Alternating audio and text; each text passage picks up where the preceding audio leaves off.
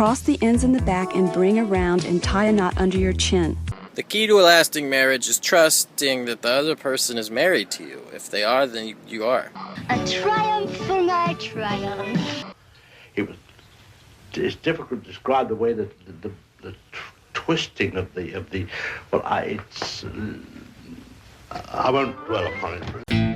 All my friends are dead and they don't like me anymore.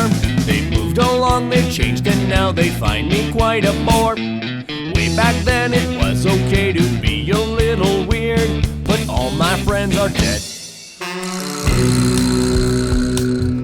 What's going on, you internet monkeys? It's me, your host, internet personality, Milk Content, and this is another show that you watch on the internet, and it's called 10minutedailyvideo.net, your place for 10minutedailyvideo.net.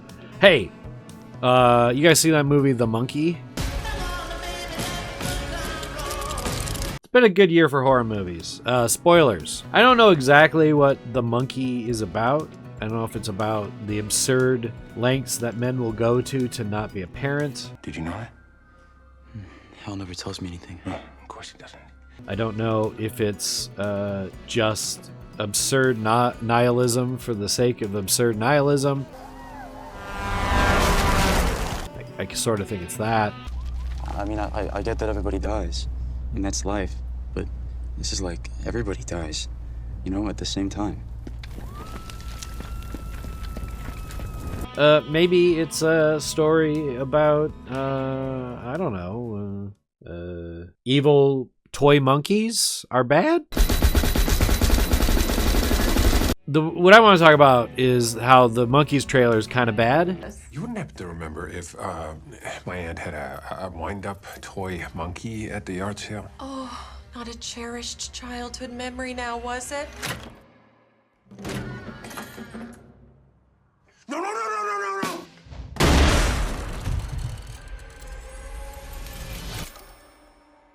The coroner said it was an accident, but it was no accident. It was a monkey. There are elements about the trailer that I actually do think are good, and that almost makes it worse of a trailer because it has those good elements. Like, I think the music choice is really good.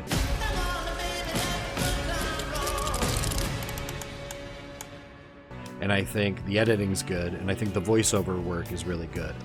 When I was a kid, my twin brother and I found something that loved to kill. I did everything I could to make it go away forever. But it had other plans. Hello, brother. Bill. The monkey that likes killing our family. It's back. It must be vanquished. Why don't you vanquish it, huh, Bill?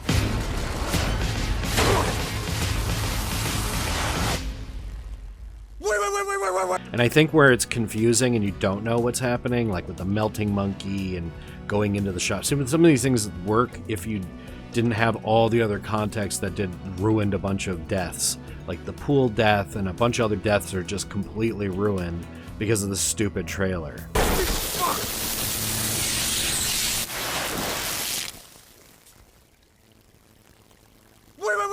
Wait.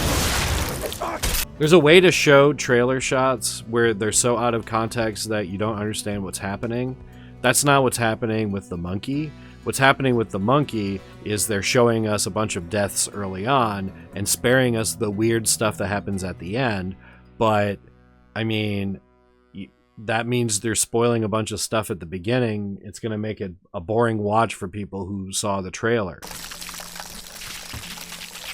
I think the main problem with the Monkeys trailer and Heretics trailer and really, frankly, every trailer, the monkey, I will agree, spoiling the first half of it really doesn't prepare you for what's going to happen later in the movie.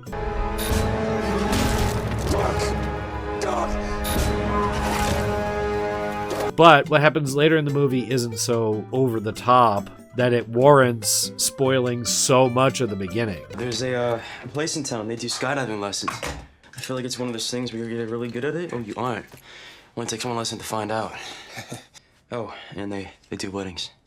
There's like not a lot of good reason to spoil a bunch of deaths in a trailer. I don't quite get why Hollywood keeps on making horror movies if they fully intend to ruin the exchange of, anticipation and relief.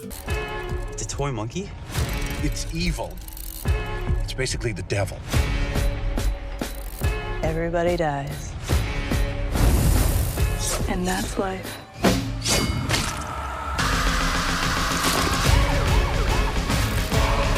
So, I'll say that the trailer doesn't really ruin the best stuff in the monkey, but what I think they should do for trailers like this is something sort of what Longlegs did, but even Longlegs used part of the movie, which I don't like.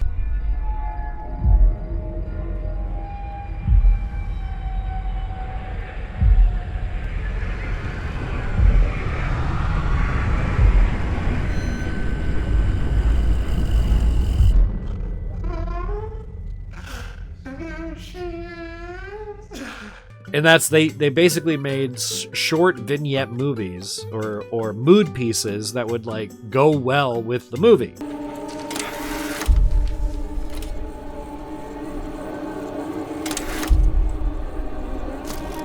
I gotta be quiet. Sir, can you stay on the line with me? That's not my daughter.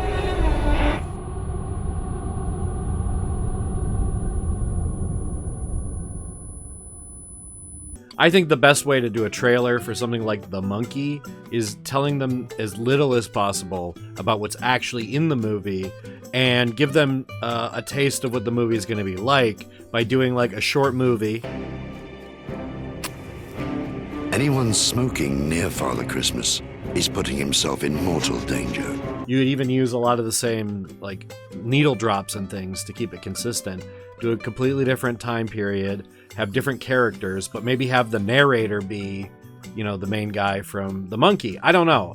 Something like that would have been much more interesting, and it'd been like a bonus piece of content. Sort of like how short movies end up being, longer horror movies. If you really want to make Father Christmas furious, try cursing and heavy drinking.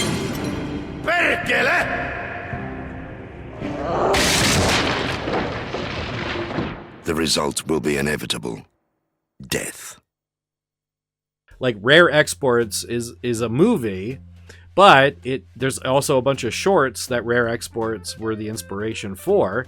I'm saying, instead of doing it that way, I'm saying like make the short movie attached to the film in its own separate thing as its marketing. Even you could even cut that up into the trailer and people would think it's in the movie. And when none of that happens in the movie, but things like it happen in the movie, I think people would appreciate it. If it seems to me like if they were gonna like do a horror movie like this, you should subvert the trailers enough that the surprises are still surprises. Again, here this is really easy. Like we used to do this all the time.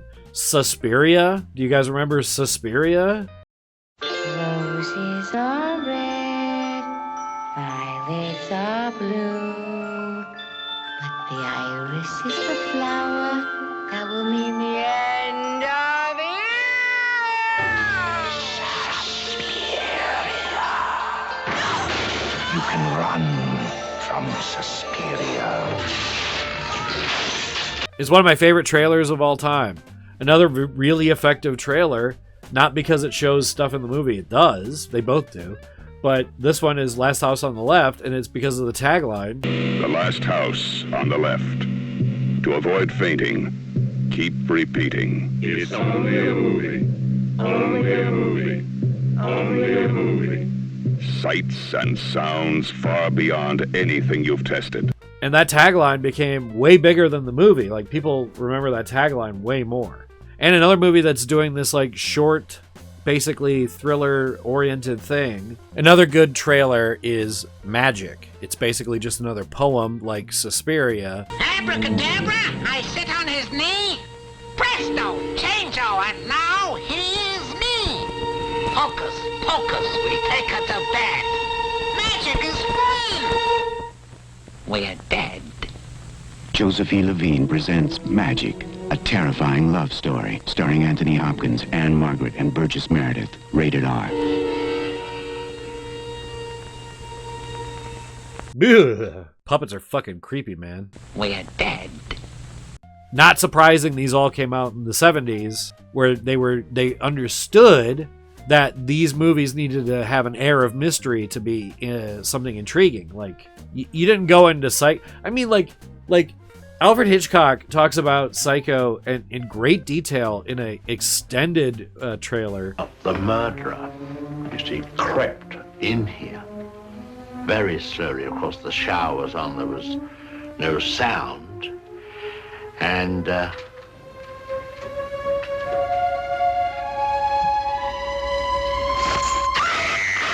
you don't really learn anything about the movie by watching that weird Hitchcockian trailer thing.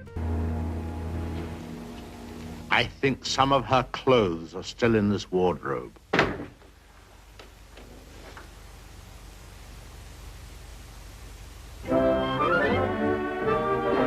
And you know, for me, if I were to make a horror movie and only to be spoiled a bunch of it in the fucking trailer, I think I would just get really bitter at the Hollywood system in general and like not want to deal with it in the first place. I don't know. I think we used to do this better because I think people used to respect the medium more and understood what they were doing. Now everything's a fucking product, so it's like whatever. If you don't remember The Monkey or if you don't remember Weapons or Heretic, who cares?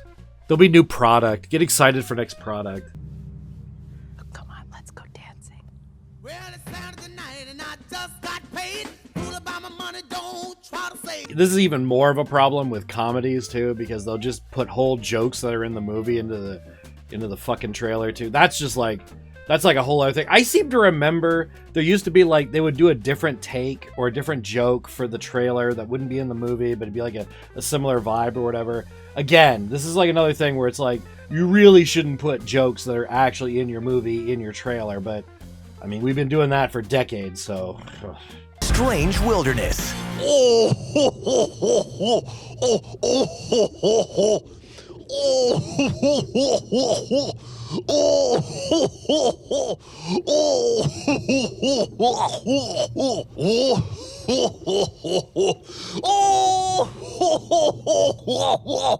Hey, thanks for watching. The news is bad. Watch my show.